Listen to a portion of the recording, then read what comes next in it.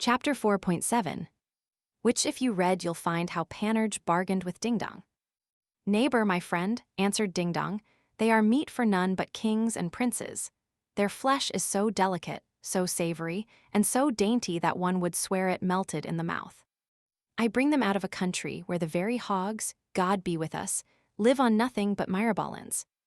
The sows in the sties when they lie in, saving the honor of this good company, are fed only with orange flowers. But said Panurge, drive a bargain with me for one of them, and I will pay you for it like a king, upon the honest word of a true Trojan. Come, come, what do you ask?" "Not so fast, Robin," answered the trader. "These sheep are lineally descended from the very family of the ram that wafted Phrixus and Hell over the sea since called the Hellespont." "A poxont," said Panurge, "you are Clericus vel Addisons." "Ida is a cabbage, and Vera leek," answered the merchant. "But arrar, arrar, arrar, arrar, arrar, ho Robin, arrar, arrar, you don't understand that gibberish, do you?" "Now I think on't, over all the fields where they piss, corn grows as fast as if the Lord had pissed there. They need neither be tilled nor dunged. Besides, man, your chemists extract the best saltpeter in the world out of their urine. Nay, with their very dung, with reverence be it spoken, the doctors in our country make pills that cure 78 kinds of diseases, the least of which is the evil of Saint Eutropius of Zaintes, from which, good Lord, deliver us. Now what do you think on't, neighbor, my friend? The truth is, they cost me money, that they do." "Cost what they will," cried Panurge, "trade with me for one of them, paying you well." "Our friend," quoth the quack-like sheepman, "do, but mind the wonders of nature that are found in those animals, even in a member which one would think were of no use. Take me but these horns, and bray them a little with an iron pestle, or with an andiron, which you please, it is all one to me. Then bury them wherever you will, provided it be where the sun may shine, and water them frequently. In a few months I'll engage you will have the best asparagus in the world, not even excepting those of Ravenna. Now come and tell me whether the horns of your other knights of the bull's feather have such a virtue and wonderful propriety." "Patience," said Panurge. "I don't know whether you be a scholar or no," pursued Ding Dong. "I have seen a world of scholars, I say great scholars, that were cuckolds, I'll assure you. But hark you me, if you were a scholar, you should know that in the most inferior members of those animals, which are the feet, there is a bone, which is the heel, the astragalus, if you will have it so, wherewith, and with that of no other creature breathing, except the Indian ass and the Dorcades of Libya, they used in old times to play at the royal game of dice, whereat Augustus the emperor won above 50,000 crowns one evening. Now such cuckolds, as you will be hanged ere you get half so much at it." "Patience," said Panurge, "but let us dispatch. And when, my friend and neighbor, continued the canting sheepseller, shall I have duly praised the inward members, the shoulders, the legs, the knuckles, the neck, the breast, the liver, the spleen, the tripes, the kidneys, the bladder, wherewith they make footballs, the ribs, which serve in Pygmaland to make little crossbows to pelt the cranes with cherry stones, the head, which with a little brimstone serves to make a miraculous decoction to loosen and ease the belly of costive dogs." "A turd on't," said the skipper to his preaching passenger, "what a fiddle-faddle have we here? There is too long a lecture by half, sell him if thou wilt. If thou won't, don't let the man lose more time. Hate a gibble-gabble and a rimble-ramble talk. I am for a man of brevity." "I will, for your sake," replied the Holderforth, "but then he shall give me 3 livers, French money, for each pick and choose." "It is a woundy price," cried Panurge. "In our country I could have 5, nay 6 for the money. See that you do not overreach me, master. You are not the first man whom I have known to have fallen, even sometimes to the endangering, if not breaking, of his own neck, for endeavoring to rise all at once." "A murrain seize thee for a blockheaded booby," cried the angry seller of sheep. "By the worthy vow of Our Lady of Charu, the worst in this flock is 4 times better than those which the Coraxians in Tudetania, a country of Spain, used to sell for a gold talent each. And how much dost thou think, thou Hibernian fool, that a talent of gold was worth?" "Sweet sir, you fall into a passion, I see," returned Panurge. "Well, hold, here is your money." Panurge, having paid his money, chose him out of all the flock a fine topping ram. And as he was hauling it along, crying out and bleating, all the rest, hearing and bleating in concert, stared to see whither their brother ram should be carried. In the meanwhile, the drover was saying to his shepherds, "Ah, how well the knave could choose him out a ram, the whoreson has skill in cattle. On my honest word, I reserved that very piece of flesh for the Lord of Cankle, well knowing his disposition. For the good man is naturally overjoyed when he holds a good-sized handsome shoulder of mutton, instead of a left-handed racket, in one hand, with a good sharp carver in the other. God wot how he belabors himself then." Chapter 4.8. How Panurge caused Ding Dong and his sheep to be drowned in the sea. On a sudden, you would wonder how the thing was so soon done for. My part one cannot tell you, for I had not leisure to mind it. Our friend Panurge, without any further tittle-tattle, throws you his ram overboard into the middle of the sea, bleeding and making a sad noise. Upon this all the other sheep in the ship, crying and bleating in the same tone, made all the haste they could to leap nimbly into the sea, one after another. And great was the throng who should leap in first after their leader. It was impossible to hinder them, for you know that it is the nature of sheep always to follow the first wheresoever it goes, which makes Aristotle lib. 9. De hist. Animal, mark them for the most silly and foolish animals in the world. Ding Dong, at his wits' end, and stark staring mad, as a man who saw his sheep destroy and drown themselves before his face, strove to hinder and keep them back with might and main. But all in vain. They all one after t'other frisked and jumped into the sea and were lost. At last he laid hold on a huge sturdy one by the fleece, upon the deck of the ship, hoping to keep it back, and so save that and the rest.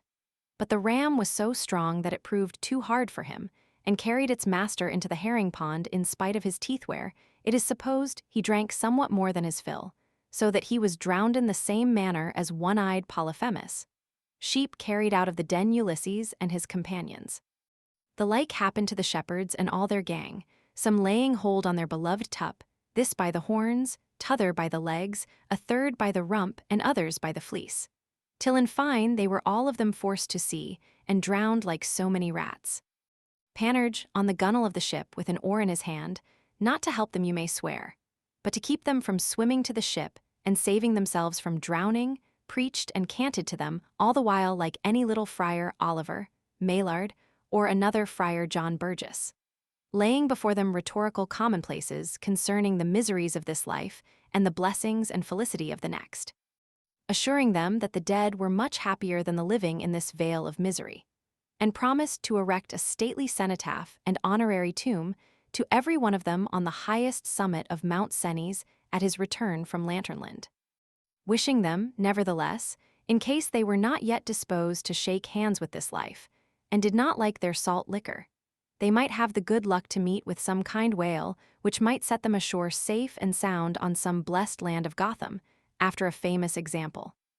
The ship being cleared of Ding Dong and his tups, is there ever another sheepish soul left lurking on board? Cried Panurge, "Where are those of Toby Lamb and Robin Ram that sleep while the rest are a-feeding? Faith, I can't tell myself. This was an old coaster's trick. What thinks ye of it, Friar John, ha?" "Rarely performed," answered Friar John. "Only methinks that as formerly in war on the day of battle, a double pay was commonly promised the soldiers for that day. For if they overcame, there was enough to pay them. And if they lost, it would have been shameful for them to demand it, as the cowardly foresters did after the battle of Cerezoles. Likewise, my friend, you ought not to have paid your man, and the money had been saved." "A fart for the money," said Panurge.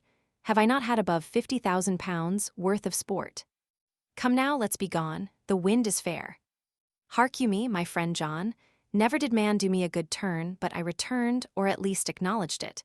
No, I scorn to be ungrateful. I never was, nor ever will be. Never did man do me an ill one without ruing the day that he did it, either in this world or the next. I am not yet so much a fool neither." "Thou damn'st thyself like any old devil," quoth Friar John. "It is written, mihi vindictam and see. Matter of breviary, mark ye me, Motteux adds unnecessarily, by way of explanation. That's holy stuff." Chapter 4.9. How Pantagruel arrived at the island of Anasson, and of the strange ways of being akin in that country. We had still the wind at south-southwest, and had been a whole day without making land.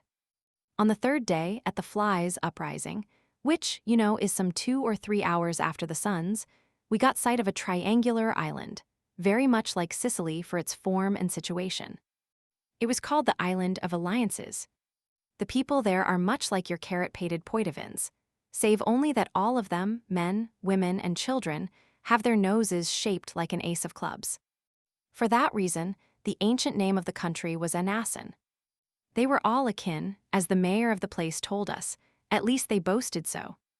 You people of the other world esteem it a wonderful thing that, out of the family of the Fabii at Rome, on a certain day, which was the 13th of February at a certain gate, which was the Porta Carmentalis, since named Celerata, formerly situated at the foot of the Capitol, between the Tarpeian Rock and the Tiber, marched out against the Veients of Etruria 306 men bearing arms, all related to each other, with 5,000 other soldiers, every one of them their vassals, who were all slain near the river Cremera, that comes out of the lake of Becano. Now from this same country of Anassin, in case of need, above 300,000, all relations and of one family might march out. Their degrees of consanguinity and alliance are very strange, for being thus akin and allied to one another, we found that none was either father or mother, brother or sister, uncle or aunt, nephew or niece, son-in-law or daughter-in-law, godfather or godmother to the other, unless, truly, a tall, flat-nosed old fellow, who, as I perceived, called a little shit-narsed girl of 3 or 4 years old father, and the child called him daughter. Their distinction of degrees of kindred was thus: a man used to call a woman my lean bit, the woman called him my porpoise. Those, said Friar John, must needs stink damnably of fish when they have rubbed their bacon one with the other. One, smiling on a young buxom baggage, said, "Good morrow, dear Curricombe." She, to return him his civility, said, "The like to you, my steed." "Huh, huh, huh," said Panurge, "that is pretty well, in faith, for indeed it stands her in good stead to Curricombe this steed." Another greeted his buttock with a farewell, my case. She replied, "Adieu, trial." "By St. Winifred's placket," cried Gymnast, "this case has been often tried." Another asked a she friend of his, "How is it, Hatchet?" She answered him, "At your service, dear Helve." "Odds belly," saith Carpelin, "this Helve and this Hatchet are well matched." As we went on, I saw one who, calling his she relation, styled her my crumb, and she called him my crest.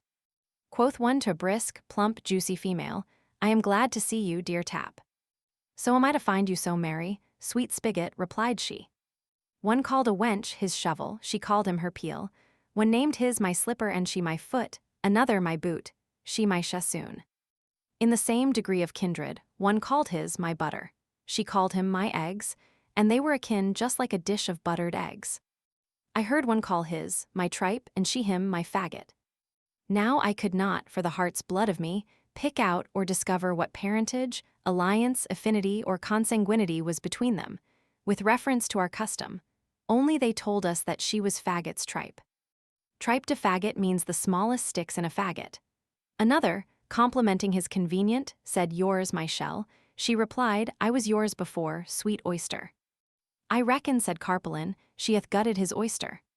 Another long-shanked, ugly rogue, mounted on a pair of high-heeled wooden slippers, meeting a strapping, fusty, squabbed dowdy, says he to her, "How is't, my top?"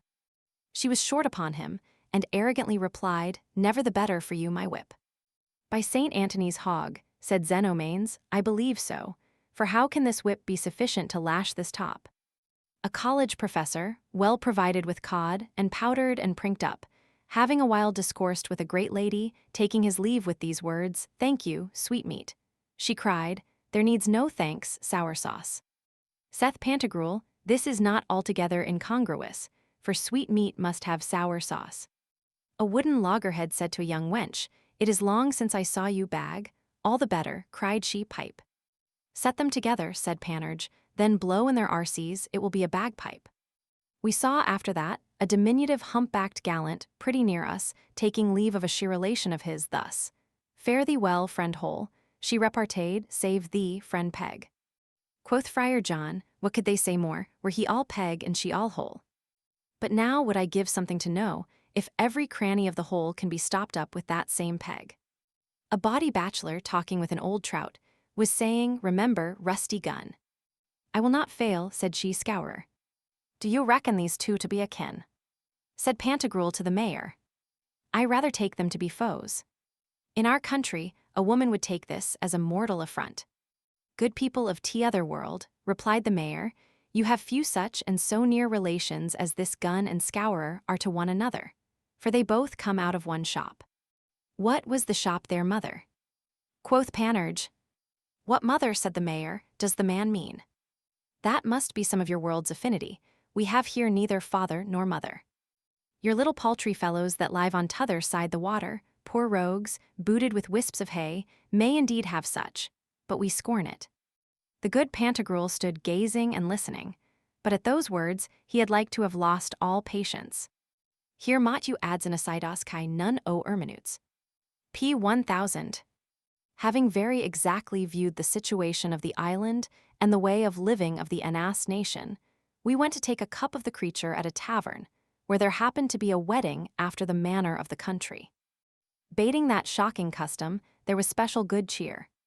While we were there, a pleasant match was struck up betwixt a female called Pear, a tight thing, as we thought, but by some, who knew better things, said to be quaggy and flabby, and a young soft male, called Cheese, somewhat sandy. Many such matches have been, and they were formerly much commended. In our country we say, "Il n'y fut onx tel marriage, quest de la poire et du fromage." There is no match like that made between the pear and the cheese, and in many other places good store of such bargains have been driven. Besides, when the women are at their last prayers, it is to this day a noted saying, that after cheese comes nothing. In another room, I saw them marrying an old greasy boot to a young pliable buskin.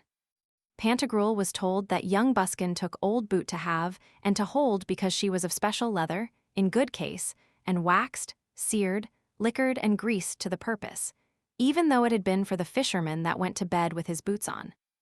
In another room below, I saw a young brogue taking a young slipper for better for worse, which they told us was neither for the sake of her piety, parts, or person, but for the fourth comprehensive portion, the spankers, spur royals, rose nobles, and other coriander seed with which she was quilted all over. Chapter 4.1. How Pantagruel went ashore at the island of Cheli, where he saw King Saint Panagan.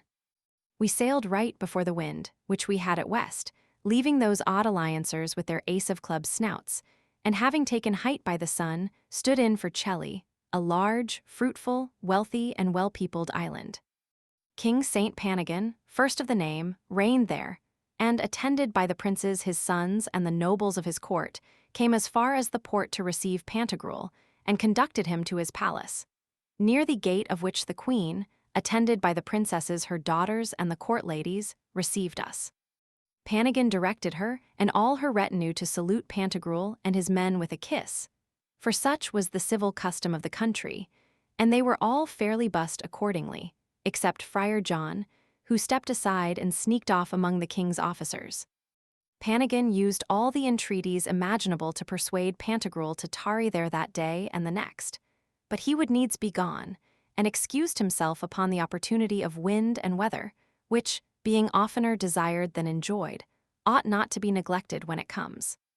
Panagan, having heard these reasons, let us go, but first made us take off some 25 or 30 bumpers each. Pantagruel, returning to the port, missed Friar John, and asked why he was not with the rest of the company. Panurge could not tell how to excuse him, and would have gone back to the palace to call him, when Friar John overtook them, and merrily cried, "Long live the noble Panagan! As I love my belly, he minds good eating, and keeps a noble house and a dainty kitchen. I have been there, boys. Everything goes about by dozens. I was in good hopes to have stuffed my puddings there like a monk." "What? Always in a kitchen, friend?" said Pantagruel.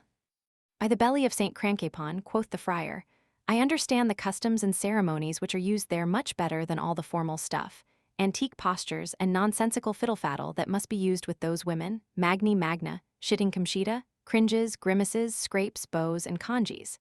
Double honors this way, triple salutes that way, the embrace, the grasp, the squeeze, the hug, the leer, the smack, basso las manos de vostra merce, de vostra maesta.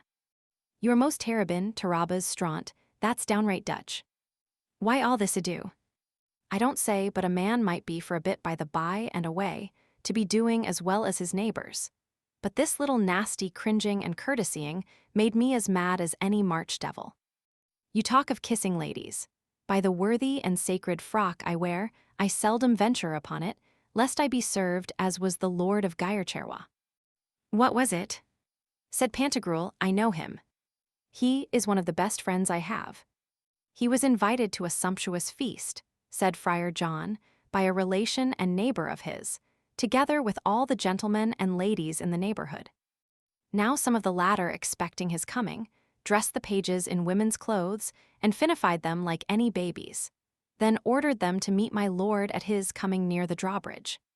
So the complimenting monsieur came, and there kissed the petticoated lads with great formality. At last the ladies, who minded passages in the gallery, burst out with laughing, and made signs to the pages to take off their dress. Which the good lord having observed, the devil a bit he durst make up to the true ladies to kiss them, but said, that since they had disguised the pages, by his great-grandfather's helmet, these were certainly the very footmen and grooms still more cunningly disguised. Odds fish, de Giurandi, why do not we rather remove our humanities into some good warm kitchen of God, that noble laboratory, and there admire the turning of the spits, the harmonious rattling of the jacks and fenders, criticize on the position of the lard, the temperature of the pottages, the preparation for the dessert, and the order of the wine service. Bedi Immaculati and Via. Matter of Breviary, my masters. Chapter 4.11. Why monks love to be in kitchens. This, said Epistemon, is spoke like a true monk. I mean like a right monking monk, not a bemonked monastical monkling. Truly you put me in mind of some passages that happened at Florence, some 20 years ago, in a company of studious travelers, fond of visiting the learned, and seeing the antiquities of Italy, among whom I was. As we viewed the situation and beauty of Florence, the structure of the dome, the magnificence of the churches and palaces, we strove to outdo one another in giving them their due. When a certain monk of Amiens, Bernard Lardin by name, quite angry, scandalized, and out of all patience, told us, I don't know what the devil you can find in this same town, that is so much cried up. For my part one have looked and pored and stared as well as the best of you. I think my eyesight is as clear as another body, and what can one see after all? There are fine houses, indeed, and that's all. But the cage does not feed the birds. God and Monsieur Saint Bernard, our good patron, be with us.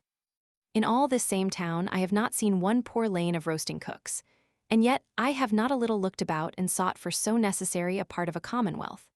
And I dare assure you that I have pried up and down with the exactness of an informer, as ready to number, both to the right and left, how many, and on what side, we might find most roasting cooks, as a spy would be to reckon the bastions of a town.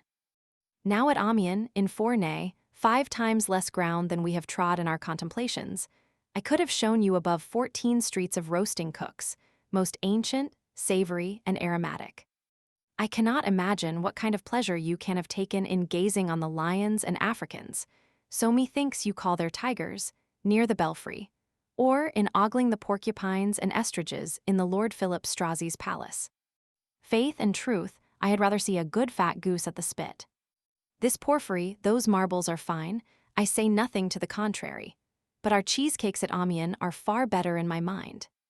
These ancient statues are well made, I am willing to believe it, but by Saint Ferial of Abbeville, we have young wenches in our country which please me better 1,000 times.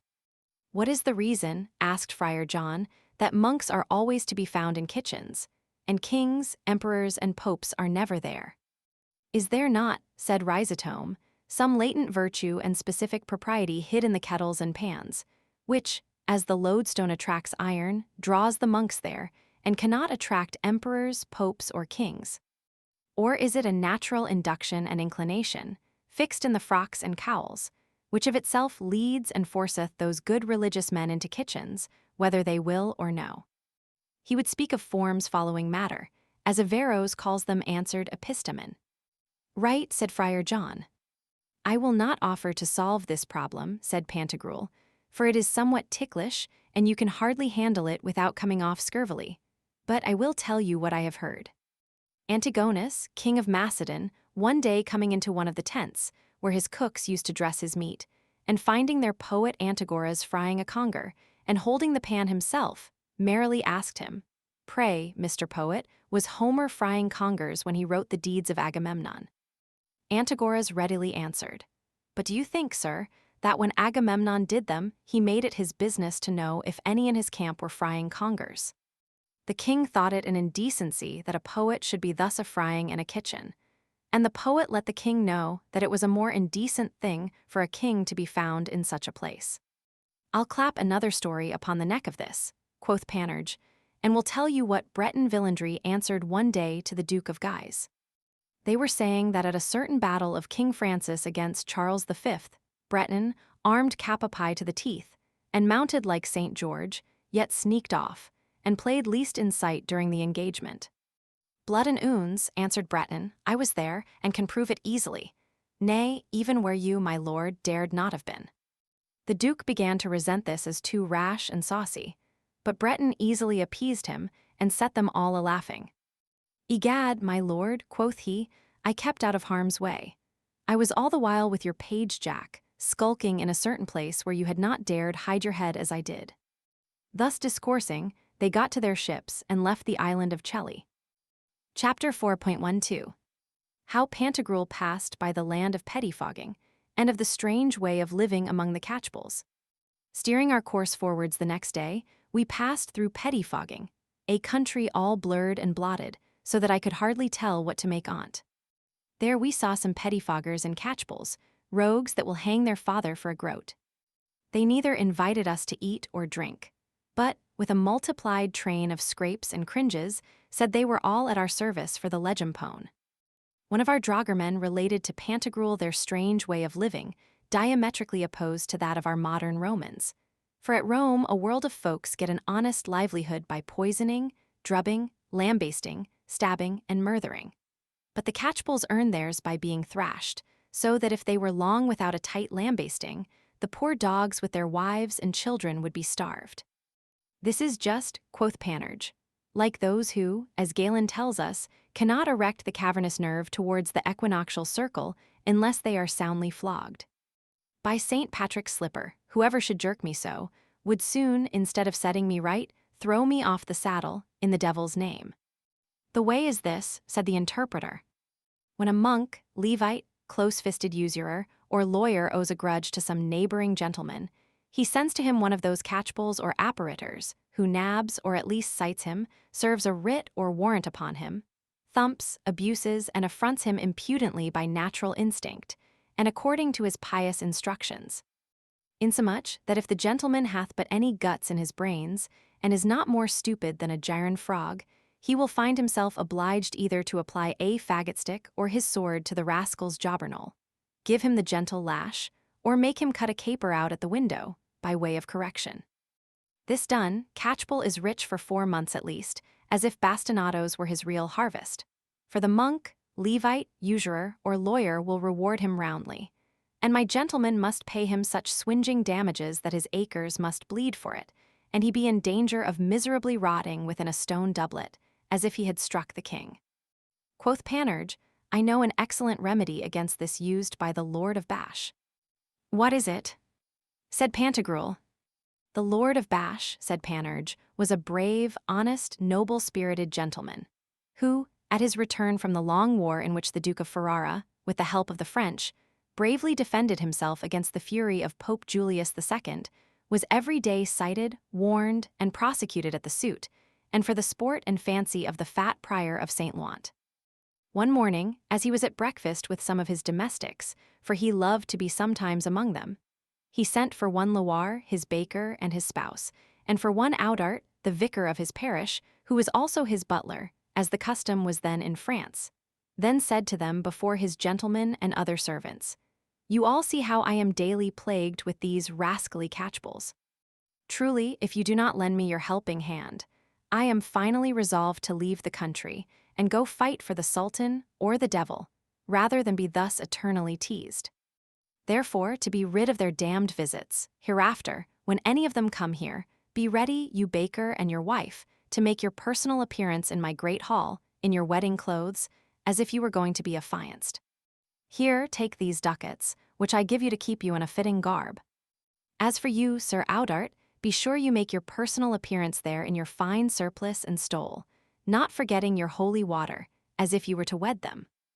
Be you there also, Trudon, said he to his drummer, with your pipe and tabor. The form of matrimony must be read, and the bride kissed. Then all of you, as the witnesses used to do in this country, shall give one another the remembrance of the wedding, which you know is to be a blow with your fist, bidding the party struck remember the nuptials by that token. This will but make you have the better stomach to your supper. But when you come to the catchpole's turn, thrash him thrice and threefold, as you would a sheaf of green corn. Do not spare him. Maul him, drub him, lambast him, swinge him off, I pray you. Here, take these steel gauntlets, covered with kid. Head, back, belly, and sides, give him blows innumerable. He that gives him most shall be my best friend. Fear not to be called to an account about it. I will stand by you, for the blows must seem to be given in jest, as it is customary among us at all weddings. Ay, but how shall we know the catchpole? Said the man of God. All sorts of people daily resort to this castle. I have taken care of that, replied the Lord. When some fellow, either on foot or on a scurvy jade with a large broad silver ring on his thumb, comes to the door, he is certainly a catchpole. The porter, having civilly let him in, shall ring the bell, then be all ready and come into the hall to act the tragicomedy whose plot I have now laid for you. That numerical day, as chance would have it, came an old fat ruddy catchpole.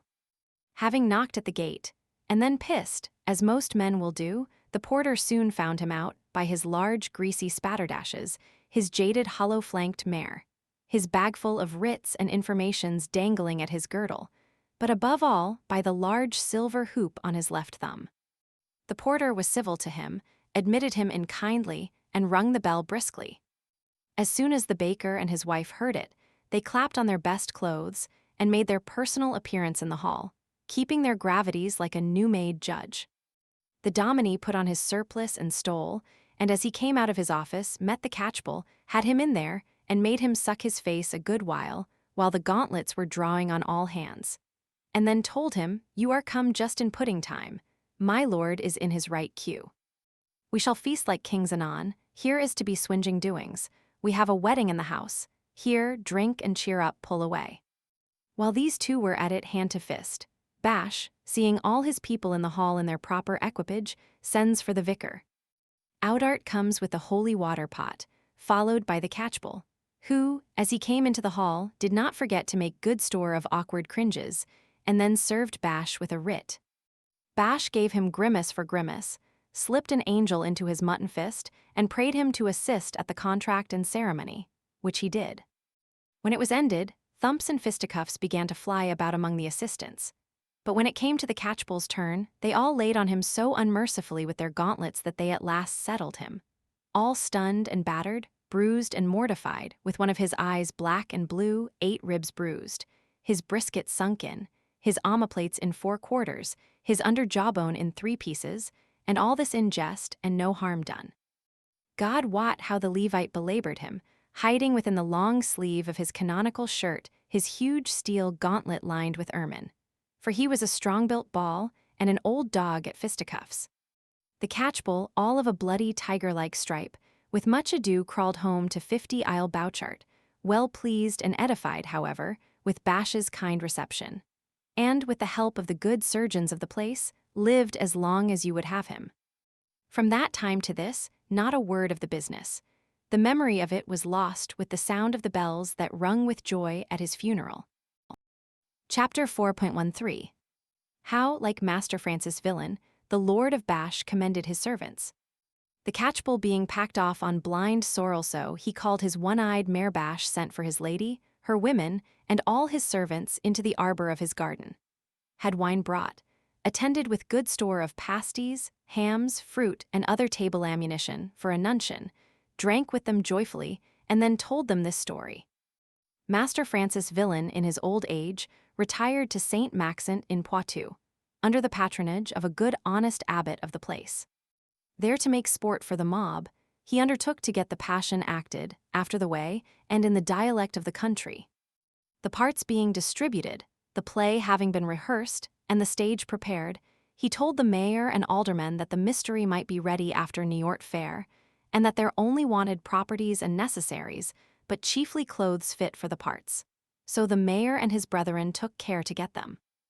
Villain, to dress an old clownish Father Greybeard, who was to represent God the Father, begged of Friar Stephen Tickletoby, sacristan to the Franciscan friars of the place, to lend him a cope and a stole. Tickletoby refused him, alleging that by their provincial statutes it was rigorously forbidden to give or lend anything to players. Villain replied that the statute reached no farther than farces, drolls, antics, loose and dissolute games, and that he asked no more than what he had seen aloud at Brussels and other places. Tickletoby, notwithstanding, peremptorily bid him provide himself elsewhere if he would, and not to hope for anything out of his monastical wardrobe. Villain gave an account of this to the players, as of a most abominable action, adding that God would shortly revenge himself and make an example of Tickletoby. The Saturday following he had notice given him that Tickletoby, upon the filly of the conventso they call a young mare that was never leaped, yet was gone a-mumping to St. Ligarius, and would be back about 2 in the afternoon. Knowing this, he made a cavalcade of his devils of the passion through the town. They were all rigged with wolves, calves, and rams' skins, laced and trimmed with sheep's heads, bulls' feathers, and large kitchen tenterhooks, girt with broad leathern girdles, whereat hanged dangling huge cowbells and horsebells, which made a horrid din. Some held in their claws black sticks full of squibs and crackers. Others had long lighted pieces of wood, upon which, at the corner of every street, they flung whole handfuls of rosin dust that made a terrible fire and smoke. Having thus led them about, to the great diversion of the mob and the dreadful fear of little children, he finally carried them to an entertainment at a summer house without the gate that leads to St. Ligarius. As they came near to the place, he espied Tickletoby afar off, coming home from mumping, and told them in macaronic verse, Hic est de patria, natus, degent ballistroqui, solet antiqua bribas porter by sacco. Matthew reads, Hic est mum pater natus degent cuculi, qui solet antiquo, scrappas porter by sacco. A plague on his friarship, said the devils then, the lousy beggar would not lend a poor cope to the fatherly father, let us fright him. Well said, cried Villain, but let us hide ourselves till he comes by, and then charge him home briskly with your squibs and burning sticks. Tickletoby being come to the place, they all rushed on a sudden into the road to meet him, and in a frightful manner threw fire from all sides upon him and his filly foal, ringing and tingling their bells, and howling like so many real devils, HHO, HHO, HHO, HHO, BRU, RU, RRs, RRs, who, HHO, HHO, HHOI. Friar Stephen, don't we play the devils rarely? The filly was soon scared out of her 7 senses, and began to start, to funk it, to squirt it, to trot it, to fart it, to bound it, to gallop it, to kick it, to spurn it, to calcitrate it, to wince it, to frisk it, to leap it, to curvet it with double jerks and bum motions, insomuch that she threw down Tickletoby, though he held fast by the tree of the pack saddle with might and main. Now his straps and stirrups were of cord, and on the right side his sandals were so entangled and twisted that he could not for the heart's blood of him get out his foot. Thus he was dragged about by the filly through the road, scratching his bare breech all the way, she still multiplying her kicks against him, and straying for fear over hedge and ditch, insomuch that she trepanned his thick skull so that his cockle brains were dashed out near the Ossana or High Cross. Then his arms fell to pieces, one this way and the other that way, and even so were his legs served at the same time. Then she made a bloody havoc with his puddings, and being got to the convent, brought back only his right foot and twisted sandal, leaving them to guess what was become of the rest. Villain, seeing that things had succeeded as he intended, said to his devils, You will act rarely, gentlemen devils, you will act rarely. I dare engage you'll top your parts. I defy the devils of Sommer, Douai, Montmorillon, Langes, Saint Espagne, Angers. Nay, by gad, even those of Poictiers, for all their bragging and vaporing, to match you. Thus, friends, said Bash, I foresee that hereafter you will act rarely this tragical farce, since the very first time you have so skillfully hampered, bethwacked, belammed, and bebumped the catchbull. From this day, I double your wages. "As for you, my dear," said he to his lady, "make your gratifications as you please. You are my treasurer, you know. For my part, first and foremost, I drink to you all. Come on, box it about, it is good and cool. In the second place, you, Mr. Steward, take this silver basin. I give it you freely. Then you, my gentleman of the horse, take these 2 silver-gilt cups, and let not the pages be horsewhipped these 3 months. My dear, let them have my best white plumes of feathers, with the gold buckles to them. Sir Oudart, this silver flagon falls to your share, this other I give to the cooks. To the valets de chamber I give this silver basket, to the grooms this silver-gilt boat, to the porter these 2 plates, to the hostlers these 10 porringers. Trudon, take you these silver spoons and this sugar box. You footmen, take this large salt. Serve me well, and I will remember you. For, on the word of a gentleman, I had rather bear in war 100 blows on my helmet in the service of my country, than be once cited by these knavish catchpolls merely to humor this same gorbelid prior." Chapter 4.14.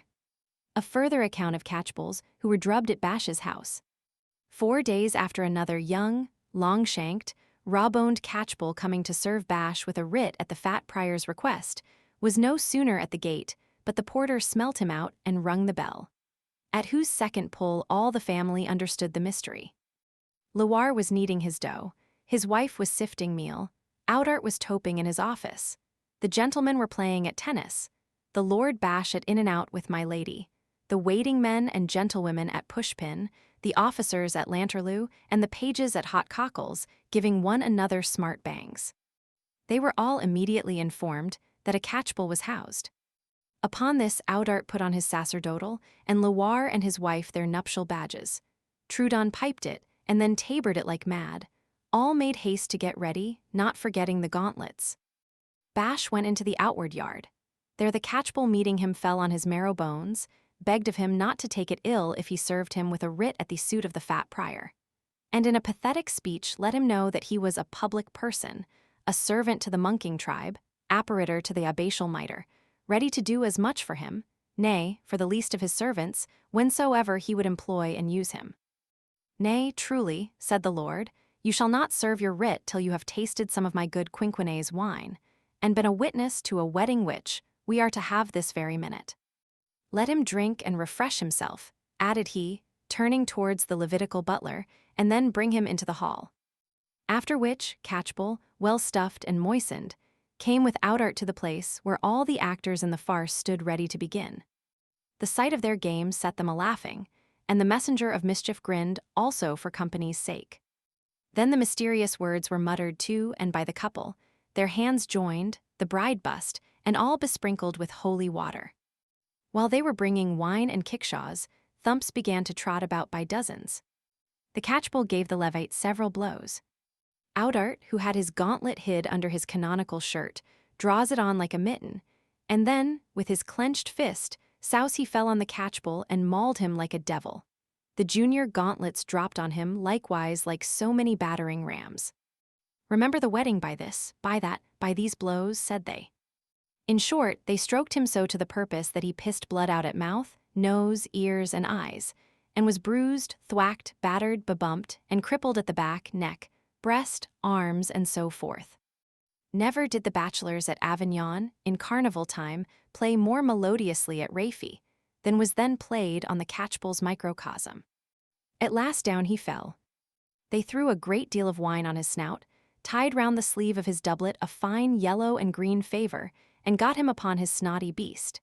And God knows how he got to 50 Isle Bouchart, where I cannot truly tell you whether he was dressed and looked after or no, both by his spouse and the able doctors of the country, for the thing never came to my ears.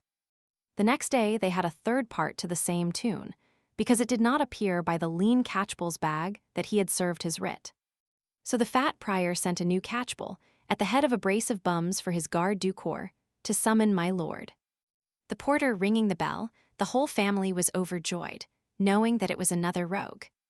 Bash was at dinner with his lady and the gentlemen, so he sent for the catchpole, made him sit by him, and the bums by the women, and made them eat till their bellies cracked with their breeches unbuttoned. The fruit being served, the catchpole arose from table, and before the bums cited Bash. Bash kindly asked him for a copy of the warrant, which the other had got ready. He then takes witness and a copy of the summons. To the catchbull and his bums, he ordered 4 ducats for civility money. In the meantime, all were withdrawn for the farce.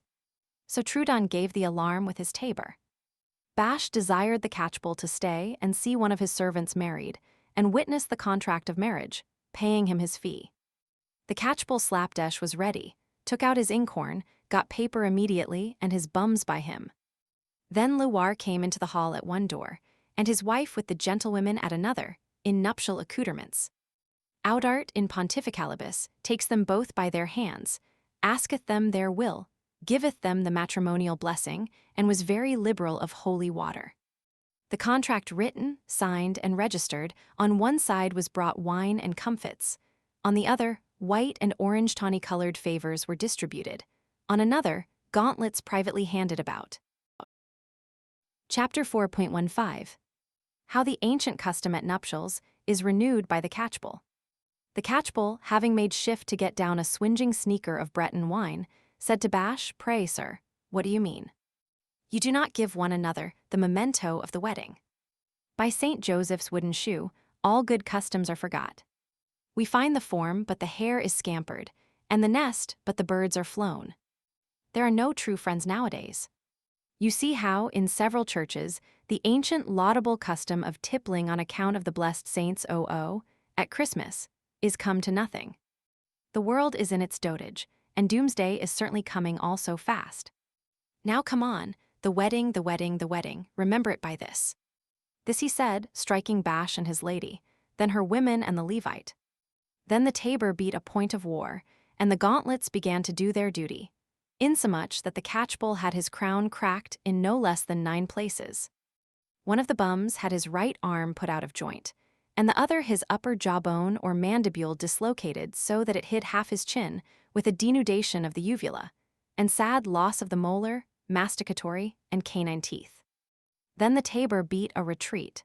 The gauntlets were carefully hid in a trice, and sweetmeats afresh distributed to renew the mirth of the company.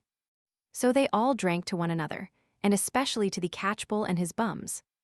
But Audart cursed and damned the wedding to the pit of hell, complaining that one of the bums had utterly disincornifistibulated his nether shoulder blade. Nevertheless, he scorned to be thought a flincher, and made shift to tope to him on the square.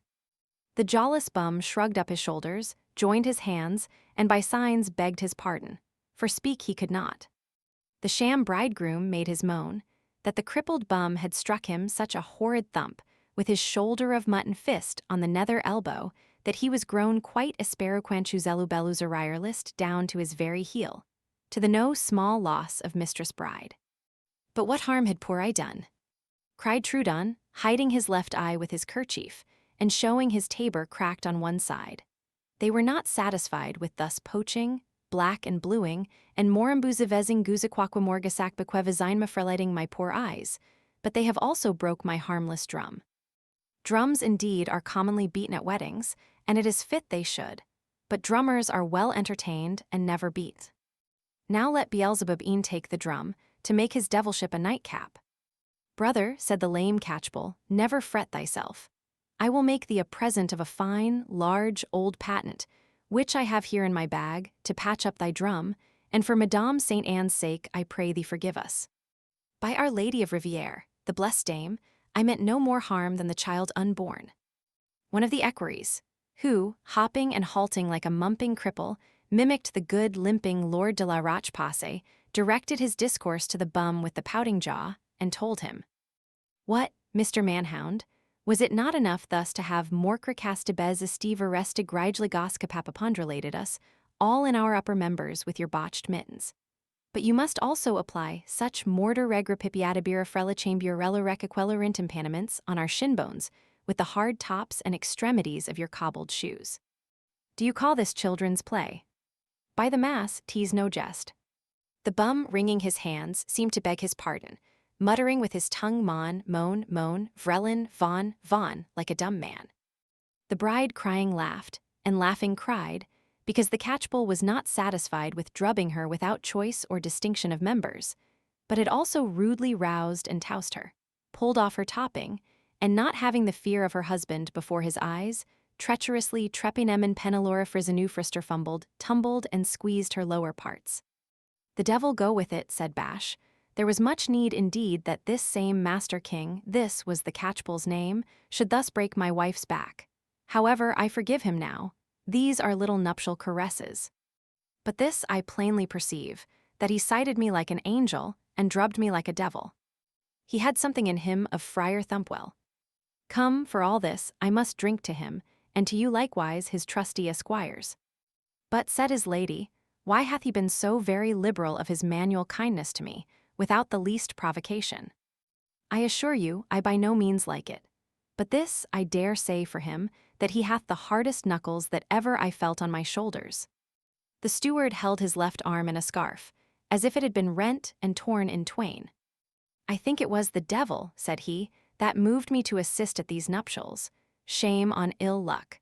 I must needs be meddling with a pox, and now see what I have got by the bargain. Both my arms are wretchedly engoulevezenmassed and bruised. Do you call this a wedding? By St. Bridget's tooth, I had rather be at that of a Tom T.D. man. This is, oh my word, even just such another feast as was that of the Lapithae, described by the philosopher of Samosata. One of the bums had lost his tongue.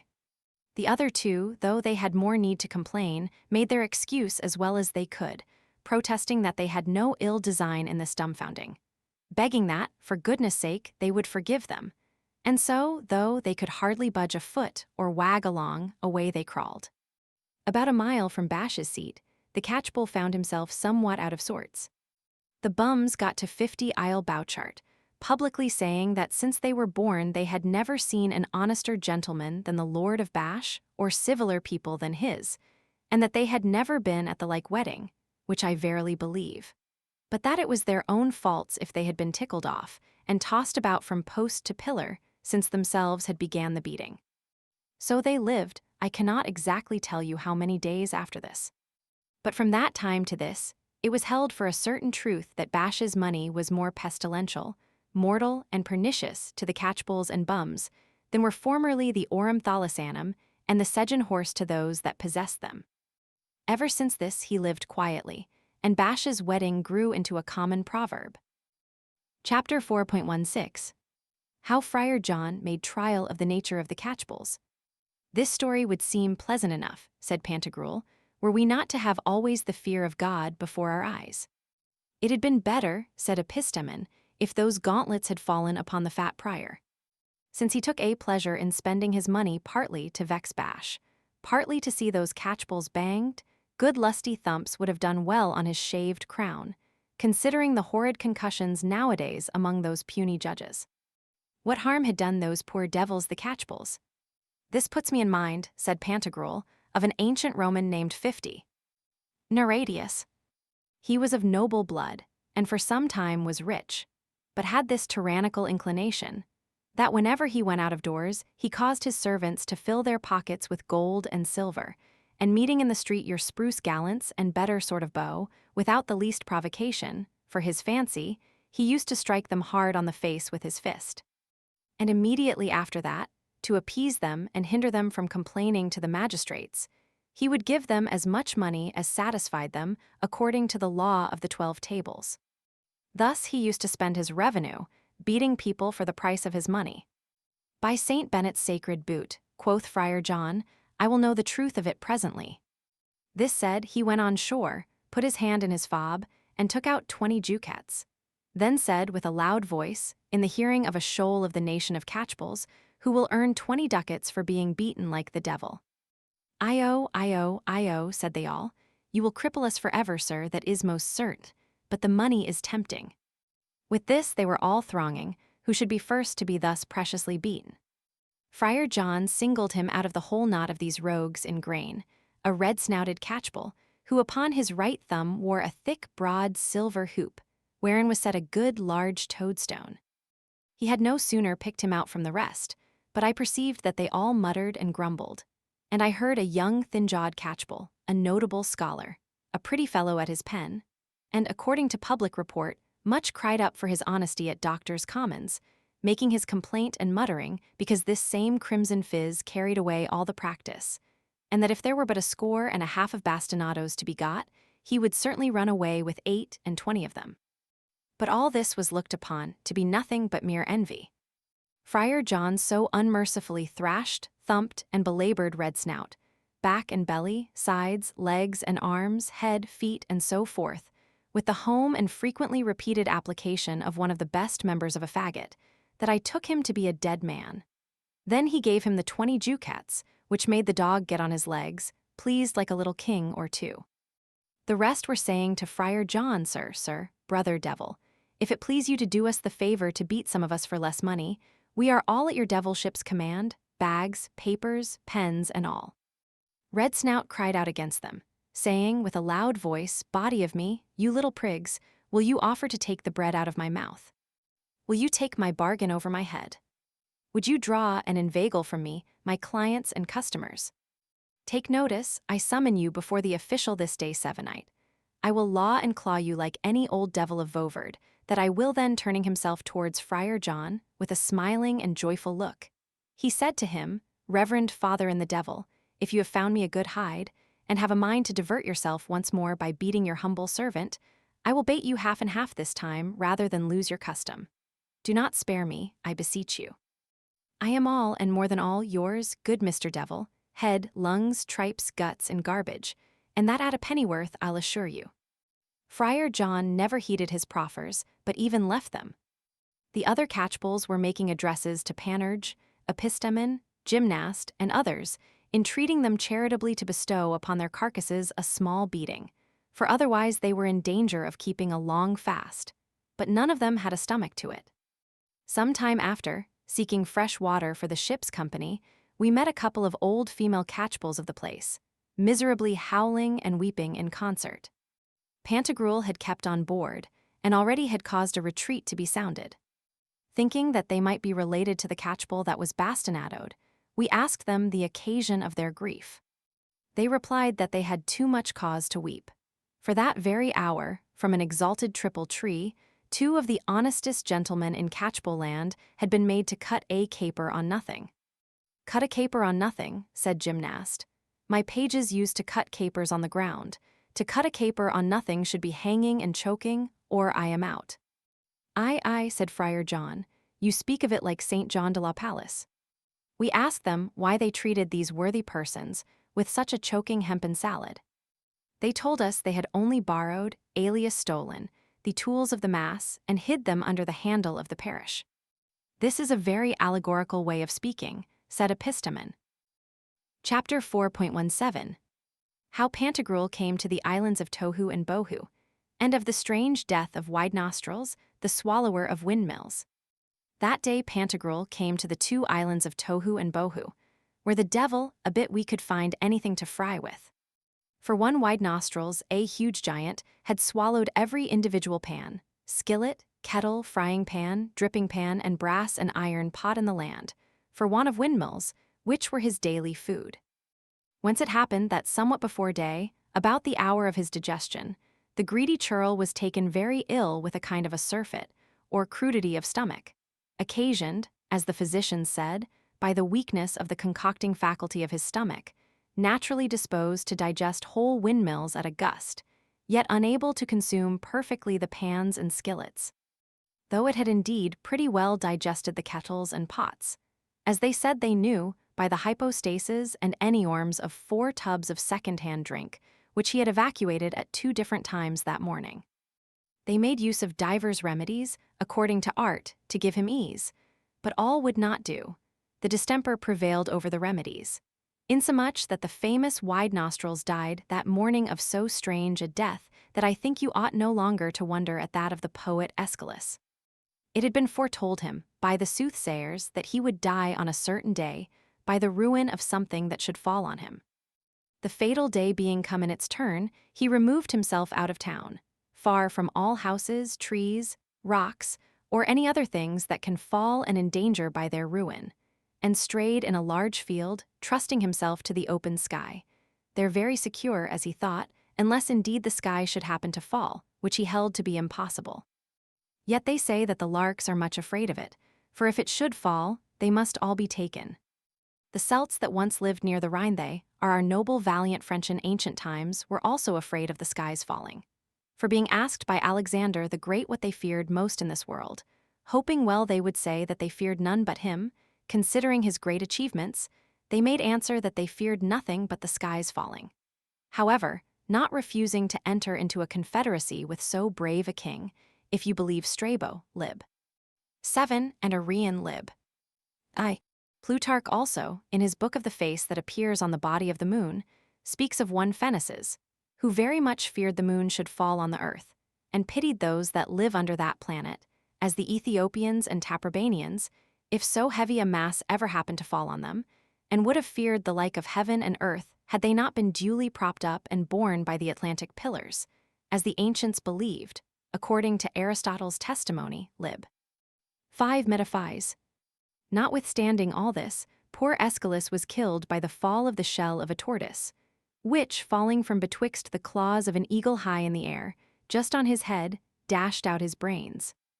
Neither ought you to wonder at the death of another poet, I mean old jolly Anacreon, who was choked with a grapestone. Nor at that of Fabius the Roman praetor, who was choked with a single goat's hair as he was supping up a porringer of milk. Nor at the death of that bashful fool, who by holding in his wind, and for want of letting out a bum gunshot, died suddenly in the presence of the Emperor Claudius. Nor at that of the Italian buried on the Via Flaminia at Rome, who in his epitaph complains that the bite of a she-puss on his little finger was the cause of his death. Nor of that of Q. Licanius Bacchus, who died suddenly of so small a prick with a needle on his left thumb that it could hardly be discerned. Nor of Quenelault, a Norman physician, who died suddenly at Montpellier, merely for having sideways took a worm out of his hand with a penknife. Nor of Philomenes, whose servant having got him some new figs for the first course of his dinner, whilst he went to fetch wine, a straggling, well-hung ass got into the house, and seeing the figs on the table, without further invitation, soberly fell to. Philomenes coming into the room and nicely observing with what gravity the ass ate its dinner, said to the man, who was come back, since thou hast set figs here for this reverend guest of ours to eat, methinks it is but reason thou also give him some of this wine to drink. He had no sooner said this, but he was so excessively pleased, and fell into so exorbitant a fit of laughter, that the use of his spleen took that of his breath utterly away, and he immediately died. Nor of Spurius Sophius, who died supping up a soft-boiled egg as he came out of a bath. Nor of him who, as Boccaccio tells us, died suddenly by picking his grinders with a sage stalk. Nor of Philippot Placut, who being brisk and hale, fell dead as he was paying an old debt, which causes, perhaps, many not to pay theirs, for fear of the like accident. Nor of the painter Zeuxis, who killed himself with laughing at the sight of the antique jobbernoll of an old hag drawn by him. Nor, in short, of 1,000 more of which authors write, as Varius, Pliny, Valerius J.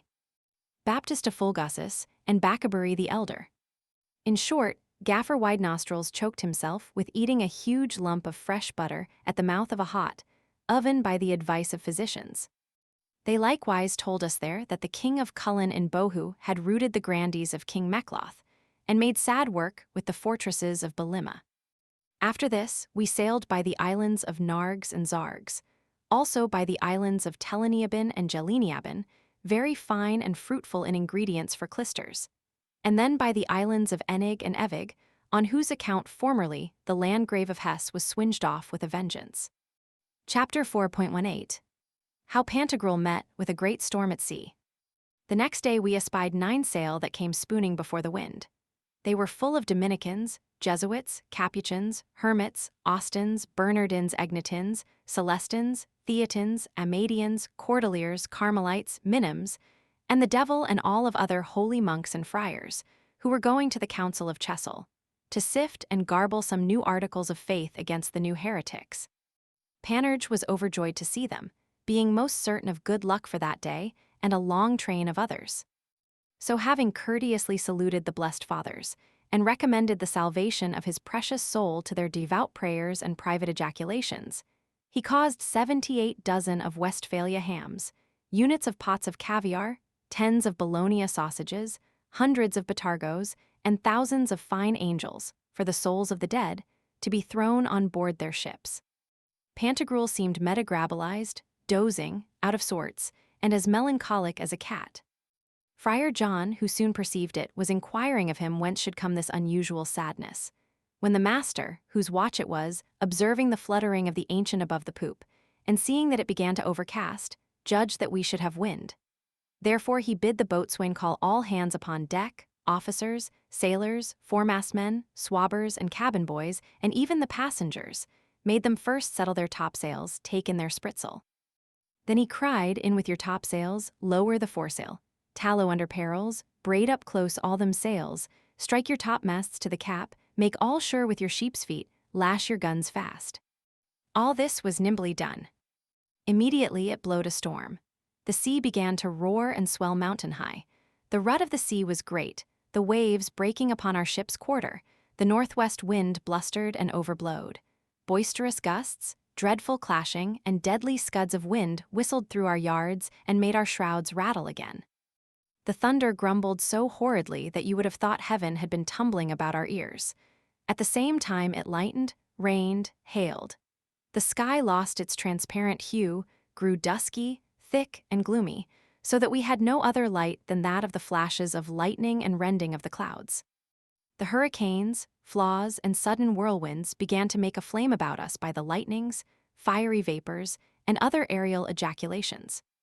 Oh, how our looks were full of amazement and trouble, while the saucy winds did rudely lift up above us the mountainous waves of the main. Believe me, it seemed to us a lively image of the chaos, where fire, air, sea, land, and all the elements were in a refractory confusion. Poor Panurge, having with the full contents of the inside of his doublet plentifully fed the fish, greedy enough of such odious fare, sat on the deck all in a heap, with his nose and arse together, most sadly cast down, moping and half dead.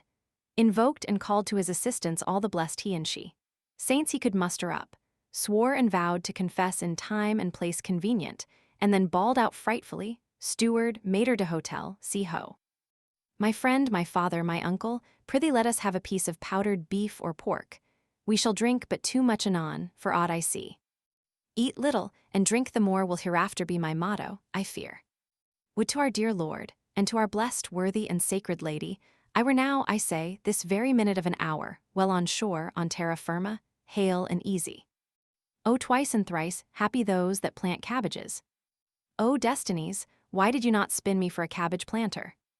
Oh, how few are there to whom Jupiter hath been so favorable as to predestinate them to plant cabbages.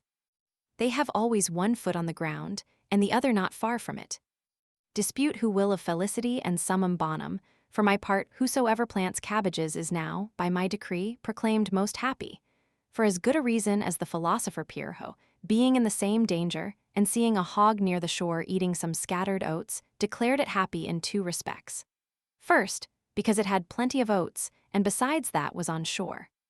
Ha, for a divine and princely habitation, commend me to the cow's floor. Murder! This wave will sweep us away, blessed Saviour. Oh, my friends! A little vinegar. I sweat again with mere agony. Alas! The mizzen sails split, the galleries washed away, the masts are sprung, the maintop masthead dives into the sea, the keel is up to the sun, our shrouds are almost all broke and blown away. Alas! Alas! Where is our main course? Alles verloren by Gott. Our topmast is run adrift. Alas! Who shall have this wreck? Friend, lend me here behind you one of these whales.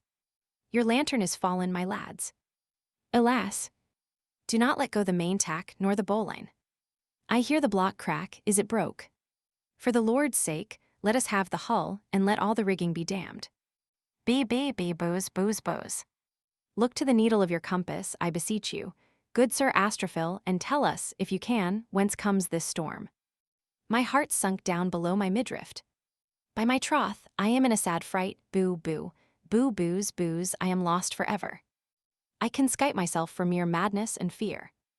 Boo, boo, boo, boo, auto t. Boo, boo, boo, oh, boo, boo, booze. I sink, I'm drowned, I'm gone, good people, I'm drowned. Chapter 4.19. What countenances Panurge and Friar John kept during the storm. Pantagruel, having first implored the help of the great and almighty deliverer, and prayed publicly with fervent devotion, by the pilot's advice held tightly the mast of the ship. Friar John had stripped himself to his waistcoat to help the seamen. Epistemon, Ponocrates, and the rest did as much. Panurge alone sat on his breech upon deck, weeping and howling. Friar John espied him going on the quarterdeck, and said to him, Odzoons!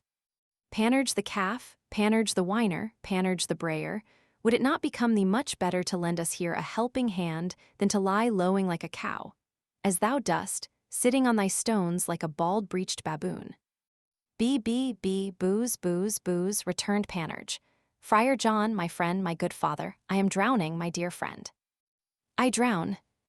I am a dead man, my dear father in God. I am a dead man, my friend. Your cutting hanger cannot save me from this. Alas. Alas. We are above Elle. Above the pitch, out of tune, and off the hinges. Boo boos. Alas. We are now above G sol rayet. I sink, ha my father, my uncle, my all. The water has got into my shoes by the collar. Booze, booze, booze, paish, hoo, he, ha, I drown. Alas. Alas. Hoo, be, booze, booze, bobbis, ho, alas. Alas. Now I am like your tumblers, my feet stand higher than my head. Would to heaven I were now with those good holy fathers bound for the council whom we met this morning, so godly, so fat, so merry, so plump and comely. Hallows, bolos, olas, alas. This devilish wave, me culpa Deus, I mean this wave of God, will sink our vessel. Alas. Friar John, my father, my friend, confession. Here I am down on my knees, confiter, your holy blessing. Come hither and be damned, thou pitiful devil, and help us, said Friar John, who fell a-swearing and cursing like a tinker. In the name of 30 legions of black devils, come, will you come? Do not let us swear at this time, said Panurge. Holy Father, my friend, do not swear, I beseech you. Tomorrow as much as you please. Hallows, alas. Our ship leaks. I drown, alas. I will give 1,800,000 crowns to anyone that will set me on shore, all bewrayed and bedaubed as I am now. If ever there was a man in my country in the like pickle. Confiteor, alas. A word or two of testament, or codicil at least. 1,000 devils seize the cuckoldy cow-hearted mongrel, cried Friar John. Odds belly, art thou talking here of making thy will now we are in danger, and it behoveth us to bestir our stumps lustily, or never. Wilt thou come, ho devil? Midshipman, my friend, O the rare lieutenant, here gymnast, here on the poop. We are by the mass all beshit now, our light is out. This is hastening to the devil, as fast as it can. Alas, boo, alas. Said Panurge, was it here we were born to perish? Oh. Ho. Good people, I drown, I die. Consummatum est. Ham sped magna, na, said Friar John. Fie upon him, how ugly the shit and howler looks. Boy yunker see hoy. Mind the pumps, or the devil choke thee. Hast thou hurt thyself? Zoons, here fasten it to one of these blocks. On this side in the devil's name, Haso, my boy. Ah, Friar John, said Panurge, good ghostly father, dear friend, don't let us swear you sin. Oh ho, be booze, I sink, I die, my friends. I die in charity with all the world. Farewell in Manus. Bohis, bausuaswaus. Saint Michael of Ora. Saint Nicholas. Now or never, I here make you a solemn vow, and to our Savior, that if you stand by me this time, I mean if you set me ashore out of this danger, I will build you a fine large little chapel or two, between Quand and Montsoro, where neither cow nor calf shall feed. Oh ho. Above 18 pailfuls or 2 of it are got down my gullet. Booze, how damned bitter and salt it is. By the virtue, said Friar John, of the blood, the flesh, the belly, the head, if I hear thee again howling, thou cuckoldy cur, I'll maul thee worse than any sea-wolf. Odds fish, why don't we take him up by the lugs, and throw him overboard to the bottom of the sea? Here, sailor, ho, honest fellow. Thus, my friend, hold fast above. In truth, here is a sad lightning and thundering. I think that all the devils are got loose. It is holiday with them, or else Madame Proserpine is in child's labor. All the devils dance a Morris. Chapter 4.2. How the pilots were forsaking their ships in the greatest stress of weather. Oh, said Panurge, you sin, Friar John, my former crony. Former, I say, for at this time I am no more, you are no more. It goes against my heart to tell it you. For I believe this swearing doth your spleen a great deal of good. As it is a great ease to a wood cleaver to cry hem at every blow, and as one who plays at ninepins is wonderfully helped if, when he hath not thrown his bowl right, and is like to make a bad cast, some ingenious stander-by leans and screws his body halfway about on that side which the bowl should have took to hit the pins. Nevertheless, you offend my sweet friend. But what do you think of eating some kind of cabriotados? Wouldn't this secure us from this storm? I have read that the ministers of the gods Cabiri, so much celebrated by Orpheus, Apollonius, Pherecydes, Strabo, Pausanias, and Herodotus, were always secure in time of storm. He dotes, he raves, the poor devil. 1,000, a million, nay, 100 million of devils seize the hornified dodipole. Lend us a hand here, ho tiger wouldst thou? Here, on the starboard side. Odds me, thou buffalo's head stuffed with relics, what ape's paternoster art thou muttering and chattering here between thy teeth? That devil of a sea calf is the cause of all this storm, and is the only man who doth not lend a helping hand. By G, if I come near thee, I'll fetch thee out by the head and ears with a vengeance, and chastise thee like any tempestative devil. Here, mate, my lad, hold fast, till I have made a double knot. O brave boy! Would to heaven thou wert abbot of Tailmoose, and that he that is were guardian of Crowley. Hold, brother Panocrates, you will hurt yourself, man. Epistemon, prithee stand off out of the hatchway. Methinks I saw the thunder fall there, but just now. Con the ship, so ho mind your steerage. Well said, thus, steady, keep her thus, get the longboat clear steady. Odds fish, the beakhead is staved to pieces. Grumble, devil's fart, belch, shite, a TD o' the wave. If this be weather, the devil's a ram. Nay, by G, a little more would have washed me clear away into the current. I think all the legions of devils hold here their provincial chapter, or are polling, canvassing, and wrangling for the election of a new rector. Starboard, well said. Take heed, have a care of your noddle, lad, in the devil's name. So ho, starboard, starboard. Bee, booze, booze, booze, cried Panurge. Booze, booze, bee, booze, booze, I am lost. I see neither heaven nor earth. Of the 4 elements, we have here only fire and water left. Boo, booze, booze, booze. Would it were the pleasure of the worthy divine bounty that I were at this present hour in the close at Sewell, or at Innocence the pastry cook over against the painted wine vault at Chinon, though I were to strip to my doublet, and bake the petty pasties myself. Honest man, could not you throw me ashore? You can do a world of good things, they say. I give you all Salmigondinois, and my large shore full of whelks, cockles, and periwinkles, if, by your industry, I ever set foot on firm ground. Alas, alas! I drown. Hark ye, my friends, since we cannot get safe into port, let us come to an anchor in some road, no matter whither. Drop all your anchors, let us be out of danger, I beseech you. Here, honest tar, get you into the chains, and heave the lead, an't please you. Let us know how many fathom water we are in.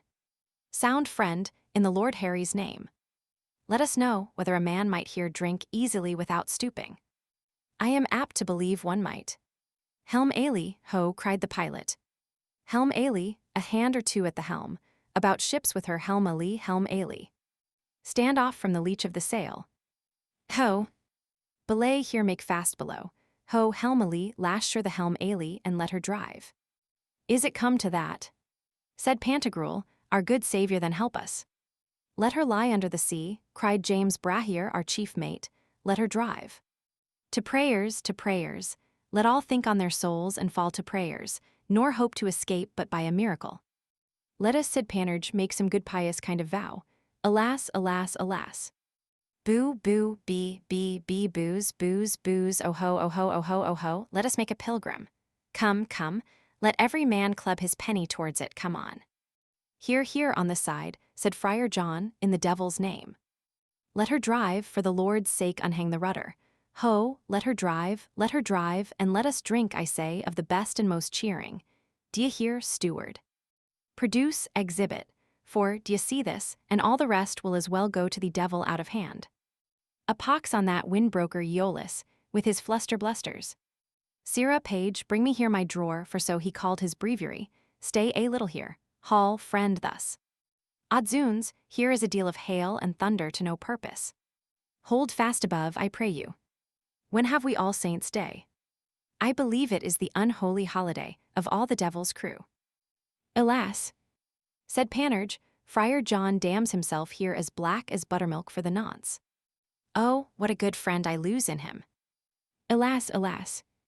This is another gatspout than last year, s. We are falling out of Scylla into Charybdis. Oh ho! I drown. Confiteor, one poor word or two by way of testament, Friar John, my ghostly father. Good Mr. Abstractor, my crony, my Acades, Xenomanes, my all. Alas! I drown, 2 words of testament here upon this ladder. Chapter 4.21. A continuation of the storm, with a short discourse on the subject of making testaments at sea. To make one's last will, said Epistemon, at this time that we ought to bestir ourselves and help our seamen, on the penalty of being drowned, seems to me as idle and ridiculous a maggot as that of some of Caesar's men, who, at their coming into the Gauls, were mightily busied in making wills and codicils, bemoaned their fortune and the absence of their spouses and friends at Rome, when it was absolutely necessary for them to run to their arms and use their utmost strength against Ariovistus their enemy.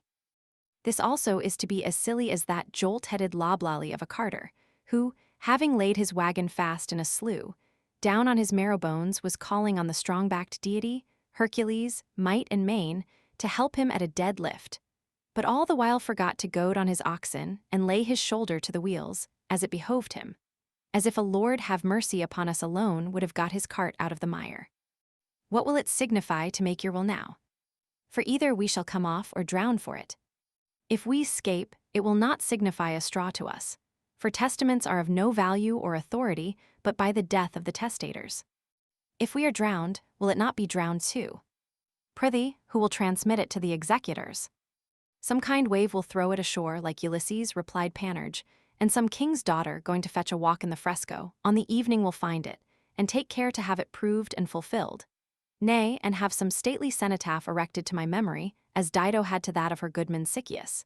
Aeneas to Deiphobus upon the Trojan shore, near Wrote, Andromache to Hector, in the city of Buthrot, Aristotle to Hermias and Eubulus, the Athenians to the poet Euripides, the Romans to Drusus in Germany, and to Alexander Severus, their emperor, in the Gauls, Argentier to Calacer, Xenocrates to Lycidases, Timurs to his son Teleeudagoras, Eupolis and Aristotus to their son Theotimus, Onstus to Timocles, Callimachus to Sopolis, the son of Dioclides, Catulus to his brother, Statius to his father, Germain of Brie to Herve, the Breton Tarpaulin. Art thou mad, said Friar John, to run on at this rate? Help here, in the name of 500,000 millions of cartloads of devils, help. May a shanker gnaw thy moustachios, and the 3 rows of pockroyals and cauliflowers cover thy bum and turd barrel instead of breeches and codpiece. Codzooks, our ship is almost overset. Odds death, how shall we clear her? It is well if she do not founder. What a devilish sea there runs! Shall neither try nor hull, the sea will overtake her, so we shall never scape, the devil scape me. Then Pantagruel was heard to make a sad exclamation, saying with a loud voice, Lord save us, we perish. Yet not as we would have it, but thy holy will be done. The Lord and the blessed Virgin be with us, said Panurge. Hollows, alas, I drown, be booze, booze, in Manus. Good heavens, send me some dolphin to carry me safe on shore, like a pretty little Arion. I shall make shift to sound the harp, if it be not unstrung. Let 19 legions of black devils seize me, said Friar John. The Lord be with us, whispered Panurge between his chattering teeth. If I come down to thee, I'll show thee to some purpose that the badge of thy humanity dangles at a calf's breech, thou ragged, horned, cuckoldy-booby Emnan, come hither and help us, thou great weeping calf, or may 30 millions of devils leap on thee. Wilt thou come, sea calf? Fie, how ugly the howling whelp looks. What, always the same ditty? Come on now, my bonny drawer. This he said, opening his breviary. Come forward, thou and I must be somewhat serious for a while. Let me peruse thee stiffly. Beatus ver qui non abiet. Pshaw, I know all this by heart. Let us see the legend of Mons. Saint Nicholas. Horrida tempestas, montem turbavit acutum. Tempest was a mighty flogger of lads at Mountagu College. If pedants be damned for whipping poor little innocent wretches their scholars, he is, upon my honor, by this time fixed within Ixion's wheel, lashing the crop-eared, bob-tailed cur that gives it motion. If they are saved for having whipped innocent lads, he ought to be above the. Chapter 4.22. An end of the storm. Shore, shore, cried Pantagruel. Land too, my friends, I see land. Pluck up a good spirit, boys, tease within a kenning. So, we are not far from a port. I see the sky clearing up to the northwards, look to the southeast. Courage, my hearts, said the pilot, now shall bear the hullock of a sail, the sea is much smoother, some hands aloft to the maintop. Put the helm a-weather. Steady, steady, haul your aftermizin bowlines. Hull, hull, hull. Thus, thus, and no near. Mind your steerage, bring your main tack aboard. Clear your sheets, clear your bowlines, port, port. Helm ailey. Now to the sheet on the starboard side, thou son of a whore. Thou art mightily pleased, honest fellow, quoth Friar John, with hearing make mention of thy mother. Luff, luff, cried the quartermaster that conned the ship, keep her full, luff the helm. Luff. It is, answered the steersman. Keep her thus. Get the bonnets fixed. Steady, steady. That is well said, said Friar John now, this is something like a tansy. Come, come, come, children, be nimble. Good. Luff, luff thus. Helm a-weather. That's well said and thought on. Methinks the storm is almost over. It was high time, faith, however the Lord be thanked. Our devils begin to scamper. Out with all your sails. Hoist your sails. Hoist. That is spoke like a man, hoist, hoist. Here, a God's name, honest Panocrates, thou art a lusty fornicator, the whoreson will get none but boys. Eusthenes, thou art a notable fellow. Run up to the foretopsail. Thus, thus. Well said, I faith, thus, thus. I dare not fear anything all this while, for it is holiday. Vive. Huzzah! This shout of the seaman is not amiss and pleases me, for it is holiday. Keep her full thus. Good. Cheer up, my merry mates all, cried out Epistemon, I see already cast her on the right. Booze, booze, booze, said Panurge, I am much afraid it is the bitch Helen. It is truly Mixarchagenas, returned Epistemon, if thou likest better that denomination, which the Argives give him. Hos ho. I see land too, let her bear in with the harbor. I see a good many people on the beach. I see a light on an obelisk Kolachny. Shorten your sails, said the pilot. Fetch the sounding line, we must double that point of land and mind the sands. We are clear of them, said the sailors. Soon after, away she goes, quoth the pilot, and so doth the rest of our fleet. Help came in good season. By St. John, said Panurge, this is spoke somewhat like. Oh, the sweet word. There is the soul of music in it. Emna, emna, emna, said Friar John. If ever thou taste a drop of it, let the devil's dam taste me, thou Balaky devil. Here, honest soul, here's a full sneaker of the very best. Bring the flagons, dost hear, gymnast, and that same large pasty jambic gamonic as you will have it. Take heed you pilot her and right. Cheer up, cried out Pantagruel, cheer up, my boys, let us be ourselves again. Do you see yonder, close by our ship, 2 barks, 3 sloops, 5 ships, 8 pinks, 4 yawls, and 6 frigates making towards us, sent by the good people of the neighboring island to our relief. But who is this Ukelgan below, that cries and makes such a sad moan? Were it not that I hold the mast firmly with both my hands, and keep it straighter than 200 tacklings, I would it is, said Friar John, that poor devil Panurge, who is troubled with a calf's ague. He quakes for fear when his belly's full. If, said Pantagruel, he hath been afraid during this dreadful hurricane and dangerous storm, provided, waving that, he hath done his part like a man, I do not value him a jot the less for it. For as to fear in all encounters is the mark of a heavy and cowardly heart, as Agamemnon did, who for that reason is ignominiously taxed by Achilles with having dog's eyes and a stag's heart. So, not to fear when the case is evidently dreadful is a sign of want or smallness of judgment. Now, if anything ought to be feared in this life, next to offending God, I will not say it is death. I will not meddle with the disputes of Socrates and the academics, that death of itself is neither bad nor to be feared, but I will affirm that this kind of shipwreck is to be feared, or nothing is. For as Homer saith, it is a grievous, dreadful, and unnatural thing to perish at sea. And indeed Aeneas, in the storm that took his fleet near Sicily, was grieved that he had not died by the hand of the brave Diomes, and said that those were 3, nay 4 times happy, who perished in the conflagration at Troy. No man here hath lost his life, the Lord our Saviour be eternally praised for it. But in truth here is a ship sadly out of order. Well, we must take care to have the damage repaired. Take heed we do not run aground and bulge her. Chapter 4.23. How Panurge played the good fellow when the storm was over. What cheer, ho, fore and aft? Quoth Panurge, Oh ho! All is well, the storm is over.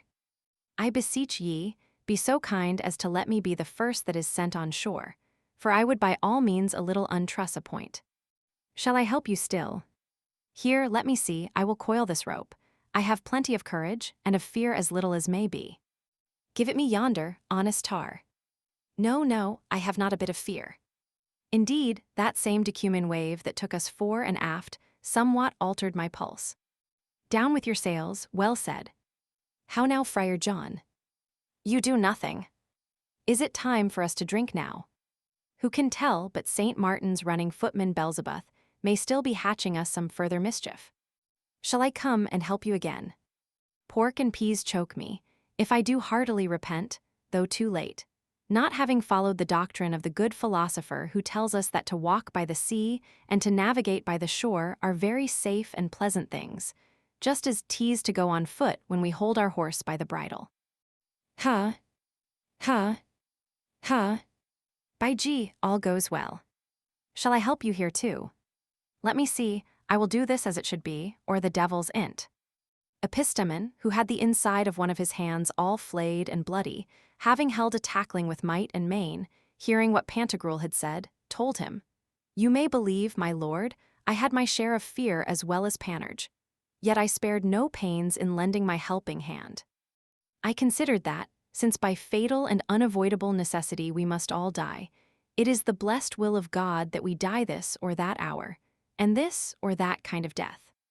Nevertheless, we ought to implore, invoke, pray, beseech, and supplicate him, but we must not stop there. It behoveth us also to use our endeavors on our side, and, as the Holy Writ saith, to cooperate with him.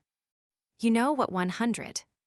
Flaminius, the consul, said when by Hannibal's policy he was penned up near the lake of Peruse, alias Thrasymene. Friends, said he to his soldiers, you must not hope to get out of this place barely by vows or prayers to the gods.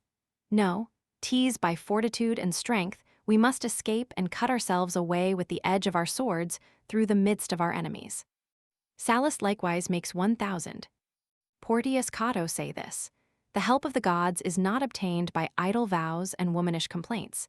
'Tis by vigilance, labor, and repeated endeavors that all things succeed according to our wishes and designs. If a man in time of need and danger is negligent, heartless, and lazy, in vain he implores the gods, they are then justly angry and incensed against him. The devil take me, said Friar John, I'll go his halves, quoth Panurge.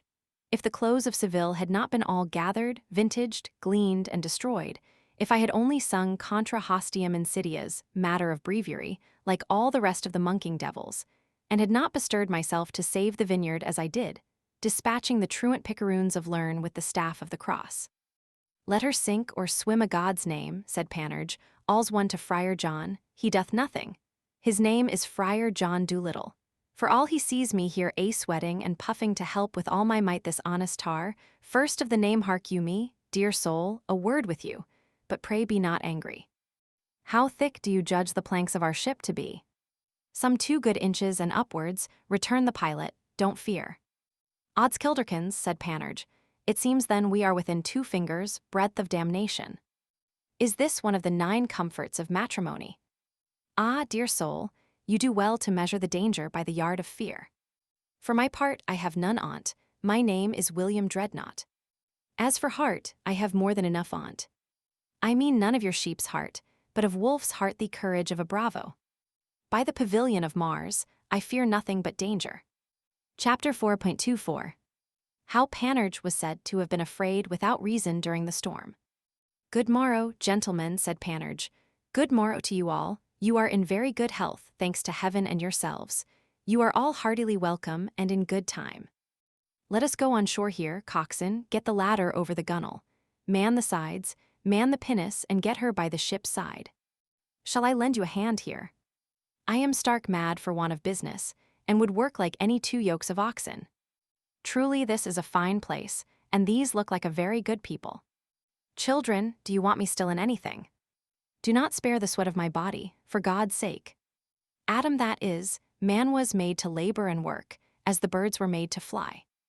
Our Lord's will is that we get our bread with the sweat of our brows, not idling and doing nothing, like this tatterdemalion of a monk here, this Friar Jack, who is fain to drink to heart himself up, and dies for fear.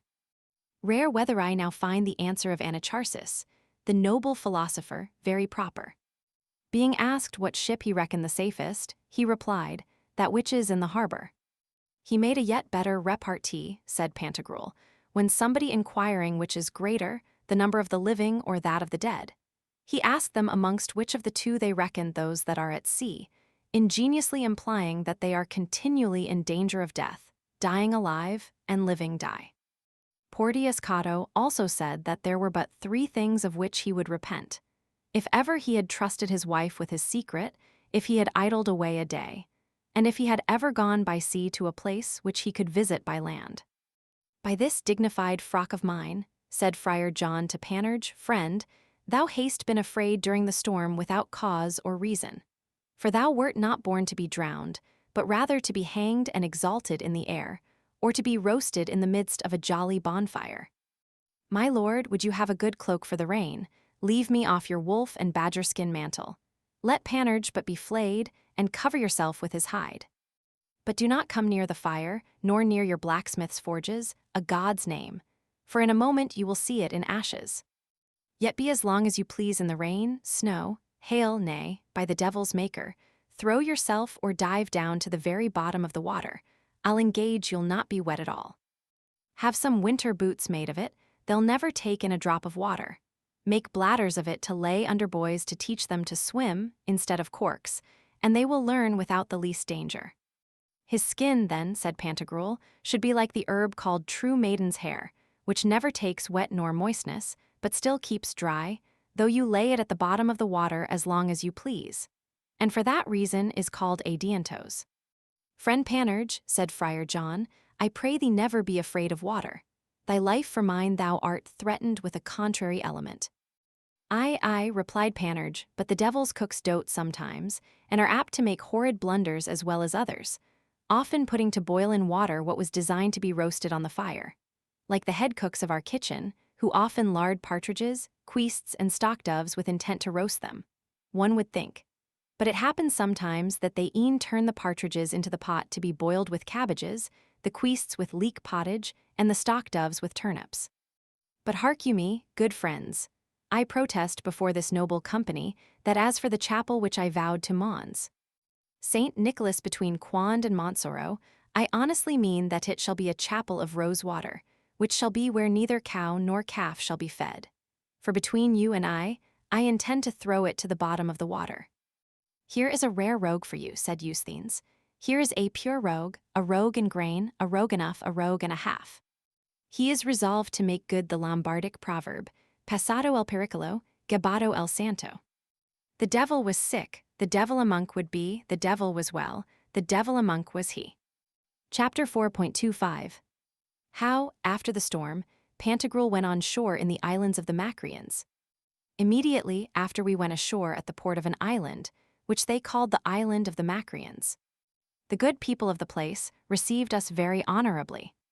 An old Macrobius, so they called their eldest elderman, desired Pantagruel to come to the town house to refresh himself and eat something, but he would not budge a foot from the mole till all his men were landed.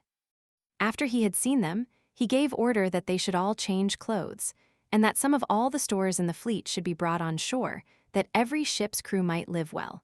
Which was accordingly done, and God wot how well they all toped and caroused. The people of the place brought them provisions in abundance.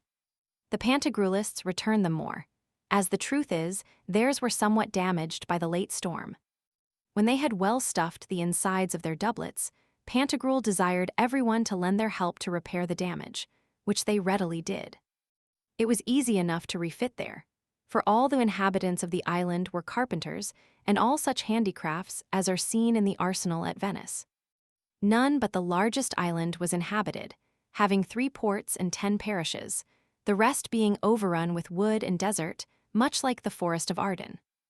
We entreated the old Macrobius to show us what was worth seeing in the island, which he did.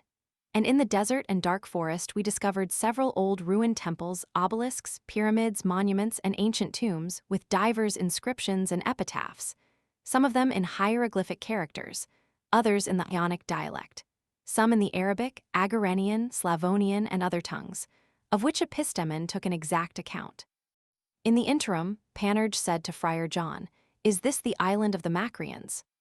Macrian signifies in Greek an old man, or one much stricken in years. "What is that to me?" said Friar John. "How can I help it? I was not in the country when they christened it." "Now I think on't," quoth Panurge, "I believe the name of mackerel, you adds, between brackets that's a bod in French, was derived from it, for procuring is the province of the old, as but a crigling is that of the young. Therefore I do not know, but this may be the body or mackerel island, the original and prototype of the island of that name at Paris. Let's go and dredge for cock oysters." Old Macrobius asked, in the Ionic tongue, how, and by what industry and labor, Pantagruel got to their port that day, there having been such blustering weather and such a dreadful storm at sea. Pantagruel told him that the almighty preserver of mankind had regarded the simplicity and sincere affection of his servants, who did not travel for gain or sordid profit, the sole design of their voyage being a studious desire to know, see, and visit the oracle of Bacbuc, and take the word of the bottle upon some difficulties offered by one of the company. Nevertheless, this had not been without great affliction and evident danger of shipwreck. After that, he asked him what he judged to be the cause of that terrible tempest, and if the adjacent seas were thus frequently subject to storms. As in the ocean are the rats of Samio Momasin, and in the Mediterranean Sea the Gulf of Sodali, Montargentin, Piombino, Capo Melio in Laconia, the Straits of Gibraltar, Faro di Messina, and others. Chapter 4.26. How the good Macrobius gave us an account of the mansion and decease of the heroes. The good Macrobius then answered, "Friendly strangers, this island is one of the Sporides, not of your Sporides that lie in the Carpathian Sea, but one of the Sporides of the ocean. In former times rich, frequented, wealthy, populous, full of traffic, and in the dominions of the rulers of Britain, but now, by course of time, and in these latter ages of the world, poor and desolate, as you see. In this dark forest, above 78,000 Persian leagues in compass, is the dwelling place of the demons and heroes that are grown old, and we believe that some one of them died yesterday, since the comet which we saw for 3 days before together shines no more. And now it is likely that at his death there arose this horrible storm. For while they are alive, all happiness attends both this and the adjacent islands, and a settled calm and serenity. At the death of every one of them, we commonly hear in the forest loud and mournful groans, and the whole land is infested with pestilence, earthquakes, inundations, and other calamities, the air with fogs and obscurity, and the sea with storms and hurricanes. What you tell us seems to me likely enough, said Pantagruel. For as a torch or candle, as long as it hath life enough and is lighted, shines round about, disperses its light, delights those that are near it, yields them its service and clearness, and never causes any pain or displeasure. But as soon as 'tis extinguished, its smoke and evaporation infects the air, offends the bystanders, and is noisome to all, so, As long as those noble and renowned souls inhabit their bodies, peace, profit, pleasure, and honor never leave the places where they abide. But as soon as they leave them, both the continent and adjacent islands are annoyed with great commotions. In the air fogs, darkness, thunder, hail, tremblings, pulsations, agitations of the earth, storms and hurricanes at sea. Together with sad complaints amongst the people, broaching of religions, changes in governments, and ruins of commonwealths. We had a sad instance of this lately, said Epistemon, at the death of that valiant and learned knight, William du Bellay, during whose life France enjoyed so much happiness that all the rest of the world looked upon it with envy, sought friendship with it, and stood in awe of its power. But soon after his decease it hath for a considerable time been the scorn of the rest of the world. Thus, said Pantagruel, Anchises being dead at Drepani in Sicily, Aeneas was dreadfully tossed and endangered by a storm. And perhaps for the same reason Herod, that tyrant and cruel king of Judea, finding himself near the pangs of a horrid kind of death, for he died of phthiriasis, devoured by vermin and lice, as before him died 50. Sylla, Pherecydes the Syrian, the preceptor of Pythagoras, the Greek poet Alcmaeon, and others, and foreseeing that the Jews would make bonfires at his death, caused all the nobles and magistrates to be summoned to his seraglio out of all the cities, towns, and castles of Judea, fraudulently pretending that he had some things of moment to impart to them. They made their personal appearance, whereupon he caused them all to be shut up in the hippodrome of the seraglio, then said to his sister Salome and Alexander her husband, I am certain that the Jews will rejoice at my death, but if you will observe and perform what I tell you, my funeral shall be honorable, and there will be a general mourning. As soon as you see me dead, let my guards, to whom I have already given strict commission to that purpose, kill all the noblemen and magistrates that are secured in the hippodrome. By these means all Jewry shall, in spite of themselves, be obliged to mourn and lament, and foreigners will imagine it to be for my death, as if some heroic soul had left her body. A desperate tyrant wished as much when he said, When I die, let earth and fire be mixed together, which was as good as to say, Let the whole world perish. Which saying the tyrant Nero altered, saying, While I live, as Suetonius affirms it. This detestable saying, of which Cicero lib. Definib and Seneca lib. 2 De Clementia make mention, is ascribed to the Emperor Tiberius by Dion Nicias and Suidas. Chapter 4.27 Pantagruel's discourse of the decease of heroic souls, and of the dreadful prodigies that happened before the death of the late Lord de Langy. I would not, continued Pantagruel, have missed the storm that hath thus disordered us, were I also to have missed the relation of these things told us by this good Macrobius. Neither am I unwilling to believe what he said of a comet that appears in the sky some days before such a decease. For some of those souls are so noble, so precious, and so heroic that heaven gives us notice of their departing some days before it happens. And as a prudent physician, seeing by some symptoms that his patient draws towards his end, some days before gives notice of it to his wife, children, kindred, and friends, that in that little time he hath yet to live, they may admonish him to settle all things in his family, to tutor and instruct his children as much as he can, recommend his relic to his friends in her widowhood, and declare what he knows to be necessary about a provision for the orphans, that he may not be surprised by death without making his will, and may take care of his soul and family. In the same manner the heavens, as it were joyful for the approaching reception of those blessed souls, seem to make bonfires by those comets and blazing meteors, which they at the same time kindly design should prognosticate to us here that in a few days one of those venerable souls is to leave her body and this terrestrial globe. Not altogether unlike, this was what was formerly done at Athens by the judges of the Areopagus. For when they gave their verdict to cast or clear the culprits that were tried before them, they used certain notes according to the substance of the sentences, by theta signifying condemnation to death, by t, absolution, by a ampliation or a demur when the case was not sufficiently examined. Thus having publicly set up those letters, they eased the relations and friends of the prisoners, and such others as desired to know their doom, of their doubts. Likewise by these comets, as in ethereal characters, the heavens silently say to us, Make haste, mortals, if you would know or learn of the blessed souls anything concerning the public good or your private interest. For their catastrophe is near, which being past, you will vainly wish for them afterwards. The good-natured heavens still do more, and that mankind may be declared unworthy of the enjoyment of those renowned souls. They fright and astonish us with prodigies, monsters, and other foreboding signs that thwart the order of nature. Of this we had an instance several days before the decease of the heroic soul of the learned and valiant Chevalier de Langy, of whom you have already spoken. I remember it, said Epistemon, and my heart still trembles within me when I think on the many dreadful prodigies that we saw 5 or 6 days before he died.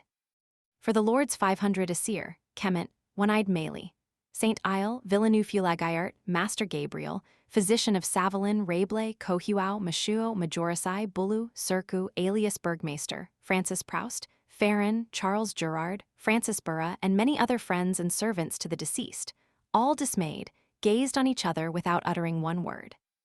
Yet not without foreseeing that France would in a short time be deprived of a knight so accomplished and necessary for its glory and protection, and that heaven claimed him again as its due. By the tufted tip of my cowl, cried Friar John, I am e'en resolved to become a scholar before I die. I have a pretty good headpiece of my own, you must own. Now pray give me leave to ask you a civil question. Can these same heroes, or demigods you talk of die? May I never be damned if I was not so much a lobcock as to believe they had been immortal, like so many fine angels. Heaven forgive me! But this most reverend father, Macrobee, tells us they die at last. Not all, returned Pantagruel. The Stoics held them all to be mortal, except one, who alone is immortal, impassible, invisible. Pindar plainly saith that there is no more thread, that is to say, no more life, spun from the distaff and flax of the hard-hearted fates for the goddesses Hamadryads than there is for those trees that are preserved by them, which are good, sturdy, downright oaks, whence they derived their original, according to the opinion of Callimachus and Pausanias in Phoci, with whom concurs Martianus Capella. As for the demigods, fauns, satyrs, sylvans, hobgoblins, Aegipanes, nymphs, heroes, and demons, several men have, from the total sum, which is the result of the divers ages calculated by Hesiod, reckoned their life to be 97 years. That sum consisting of 4 special numbers orderly arising from one, the same added together and multiplied by 4 every way amounts to 40. These 40s, being reduced into triangles by 5 times, make up the total of the aforesaid number. See Plutarch, in his book about the cessation of oracles. This, said Friar John, is not matter of breviary. I may believe as little or as much of it as you and I please. I believe, said Pantagruel, that all intellectual souls are exempted from Atropos' scissors.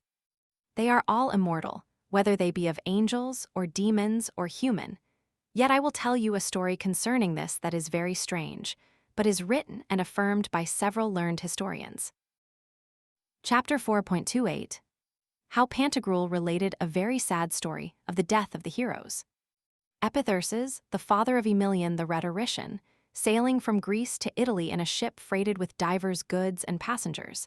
At night the wind failed near the Echinades, some islands that lie between the Mora and Tunis, and the vessel was driven near Paxos.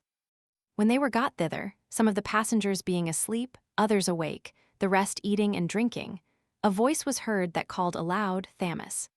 Which cry surprised them all. This same Thamus was their pilot, an Egyptian by birth, but known by name only to some few travelers. The voice was heard a second time calling Thamus in a frightful tone, and none making answer, but trembling and remaining silent, the voice was heard a third time, more dreadful than before. This caused Thamus to answer, Here am I, what dost thou call me for? What wilt thou have me do?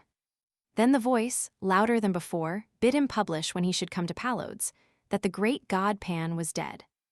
Epitherses related that all the mariners and passengers, having heard this, were extremely amazed and frighted, and that, consulting among themselves whether they had best conceal or divulge what the voice had enjoined, Thamus said his advice was that if they happened to have a fair wind, they should proceed without mentioning a word on't, but if they chanced to be becalmed, he would publish what he had heard. Now when they were near Palodes, they had no wind, neither were they in any current. Thamus, then getting up on the top of the ship's forecastle, and casting his eyes on the shore, said that he had been commanded to proclaim that the great god Pan was dead. The words were hardly out of his mouth, when deep groans, great lamentations, and doleful shrieks, not of one person, but of many together, were heard from the land. The news of this many being present then was soon spread at Rome, insomuch that Tiberius, who was then emperor, sent for this Thamus, and having heard him gave credit to his words. And inquiring of the learned in his court, and at Rome who was that Pan, he found by their relation that he was the son of Mercury and Penelope, as Herodotus and Cicero, in his third book of the nature of the gods, had written before. For my part, I understand it of that great Savior of the faithful, who was shamefully put to death at Jerusalem, by the envy and wickedness of the doctors, priests, and monks of the Mosaic law. And methinks my interpretation is not improper, for he may lawfully be said in the Greek tongue to be Pan, since he is our all. For all that we are, all that we live, all that we have, all that we hope is him, by him, from him, and in him. He is the good Pan, the great shepherd, who, as the loving shepherd Corydon affirms, hath not only a tender love and affection for his sheep, but also for their shepherds. At his death, complaints, sighs, fears, and lamentations were spread through the whole fabric of the universe, whether heavens, land, sea, or hell. The time also concurs with this interpretation of mine. For this most good, most mighty Pan, our only Savior, died near Jerusalem during the reign of Tiberius Caesar. Pantagruel, having ended this discourse, remained silent and full of contemplation. A little while after we saw the tears flow out of his eyes, as big as ostriches' eggs. God take me presently, if I tell you one single syllable of a lie in the matter.